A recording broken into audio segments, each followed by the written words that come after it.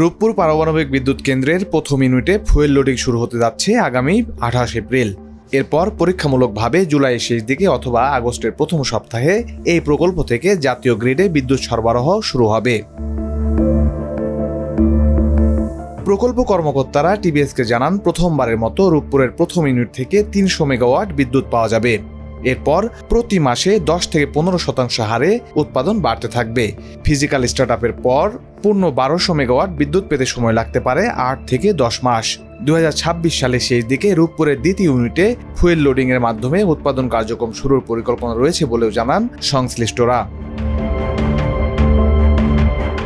2013 সালের অক্টোবরে রাশিয়া ও বাংলাদেশের মধ্যে আন্তঃসরকারি চুক্তির মাধ্যমে এই প্রকল্পের কাজ শুরু হয়। 2017 সালের নভেম্বরে বিদ্যুৎ কেন্দ্রের প্রথম ইউনিটের চুল্লি ও পানি শীতলকারী ডোমের কংক্রিট ঢালাই কাজ উদ্বোধন করেন তৎকালীন প্রধানমন্ত্রী শেখ হাসিনা। 2021 সালের শুরুতে একটি ইউনিট উৎপাদনে আসার কথা থাকলেও করোনা মহামারী জটিলতায় তা পিছিয়ে যায়। পরে ইউক্রেন যুদ্ধ সহ নানা জটিলতায় প্রকল্পের কাজ আরও বিলম্বিত হয়।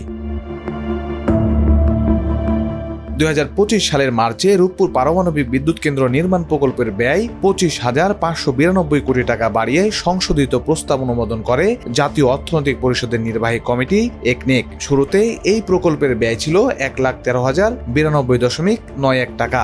সংশোধিত ব্যয় প্রস্তাব অনুমোদনের পর খরচ বেড়ে হয় 1,38,685 টাকা। মূলত বৈদেশিক মুদ্রার বিনিময় হার বৃদ্ধি এবং কিছু অংশে ব্যয় বৃদ্ধির কারণে প্রকল্প ব্যয় বেড়েছে। এদিকে ইউনিট 2 এর প্রাথমিক হস্তান্তর 2027 সালের 31 ডিসেম্বর পর্যন্ত বাড়ানো হয়েছে। ফলে সংশোধিত প্রকল্প প্রস্তাব অনুযায়ী প্রকল্পের মেয়াদ নির্ধারণ হয়েছে 2028 সালের জুন পর্যন্ত।